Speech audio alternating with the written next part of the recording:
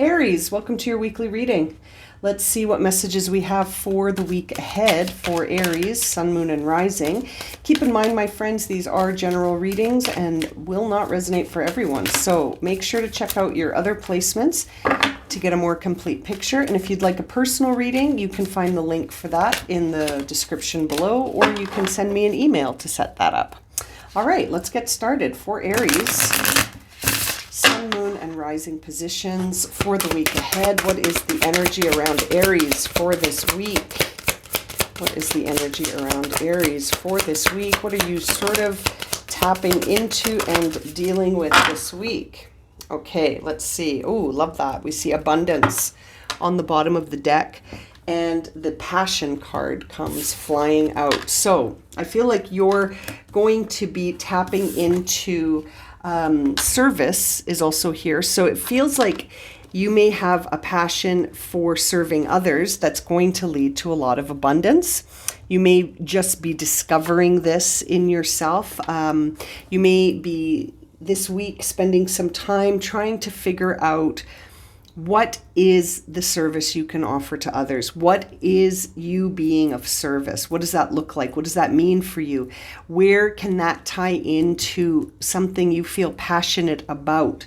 We're seeing two cards in the sacral chakra and one in the solar plex. So it makes me feel like by tapping into your emotions, your creativity, your feelings, your sensuality, whatever makes you feel like you've come alive and gives you a lot of confidence, I feel like that's going to be where you find where you can be of service and the areas that you can work on or work towards or study more or just start doing, because it feels almost like this is something you have a natural passion for. You have a natural creativity in this area. You have a sense of yourself when you do this. When you're in this way of service or in this role of service. There's this abundance card which makes me feel like you develop confidence by doing this service. You develop a sense of yourself, like it really reinforces your personal power. And I almost feel like this is how you're going to make a living moving forward. Somehow this is going to create a livelihood for you, Aries. And I feel like it's going to be something that perpetuates itself. Once you tap into it, it's going to perpetuate itself. This isn't something that you're going to need to really struggle with. It's almost like the struggle is just getting into it, just doing it, just realizing it. That might be where you find yourself feeling a little bit of hesitation, and that hesitation or fear or whatever it comes up as, it almost feels like that's just a natural obstacle that once you overcome it, you will see the path, and that obstacle is not meant to deter you or to convince you that you're not to do this, or that you won't be able to do this, or you won't know how to do this. This feels like a service that you have a natural gift or talent or ability for, something that you have honed and worked on and developed in previous lifetimes, where you have become a master at something here that is now becoming a part of what you do and how you're of service to others. Wonderful. Okay, Aries, and it's going to lead to a lot of abundance. So you won't find yourself struggling. I feel like you will, oh, isn't that interesting? We see the Chariot here and the Ace of Swords. So, and the Queen of Wands was trying to peek out there.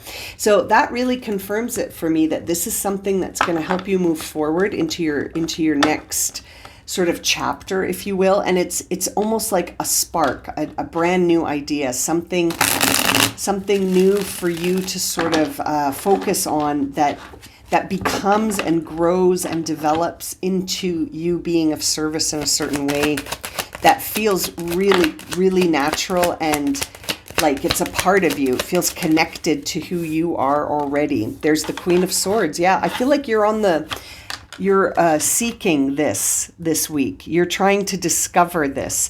And there's the Two of Wands and the Emperor. So that's beautiful. As you seek the truth on this situation, you're You're able to sort of envision a pathway of you being a leader, you being your own, sort of like really you being your own boss here in a way of being of service that leads to a lot of abundance. It serves you on a lot of levels, gives you a lot of confidence, and I feel like it's going to put you in a place where you feel like you're doing what you're supposed to be doing. Do you know what I mean? It's that kind of feeling. I don't know that we're all supposed to be doing anything. I think we can choose, but this is going to feel like something you're meant to do.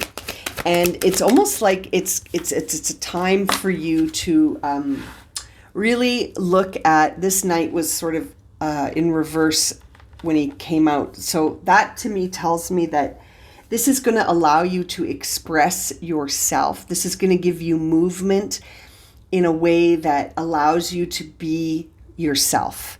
And, you know, seeing the Knight of Cups there makes me feel like it's going to reveal you. Through this journey, you're revealing to yourself who you are, you know?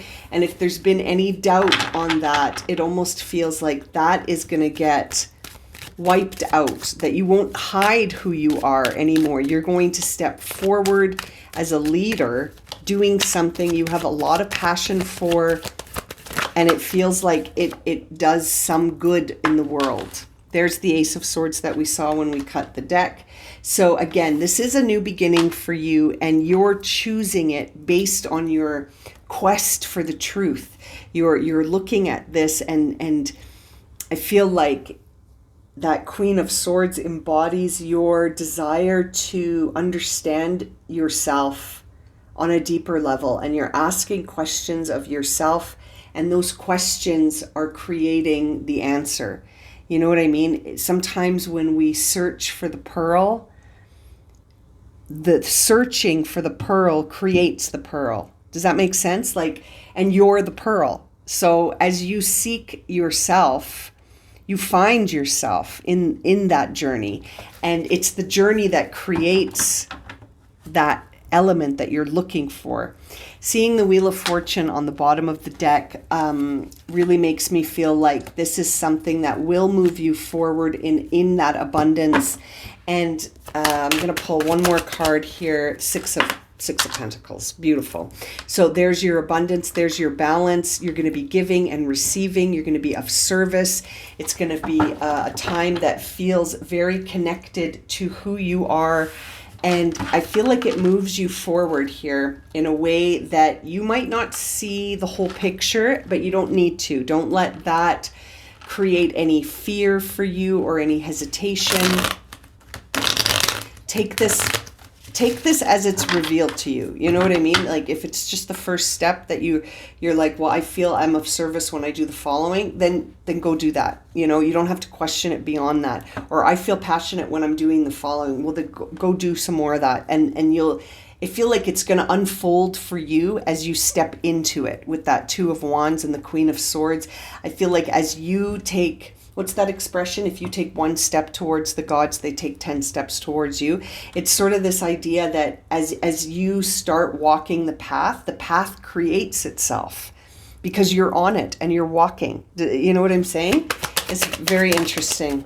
Okay, so seeing the King of Cups, to clarify here with two fours, you've got the Four of Cups and the Four of Wands. So that's interesting coming out with the King of Cups. That tells me that emotionally, you're sort of at a place where you're in balance emotionally, but there's a part of you where you might be sort of feeling like you have missed out on something else. So as you're on this path that I think is going to lead to a lot of inner rewards and that abundance and that feeling of crossing a finish line where you've really arrived at this new place in your life, there's a part of you that's sort of thinking maybe about something else from the past maybe, or a fear of missing out, or maybe that there was an opportunity that you missed out on.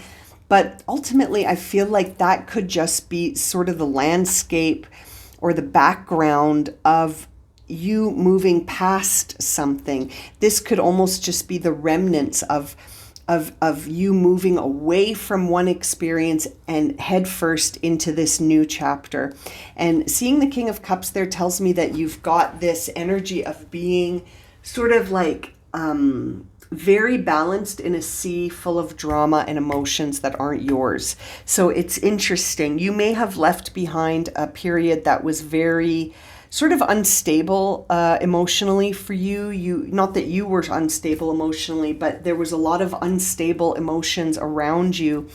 And it's almost like that was the perfect school. That was the best teacher for you at the time, because it brought you to a place where you now understand sort of how to have that equanimity when you're in those moments where there's high emotions, lots of drama.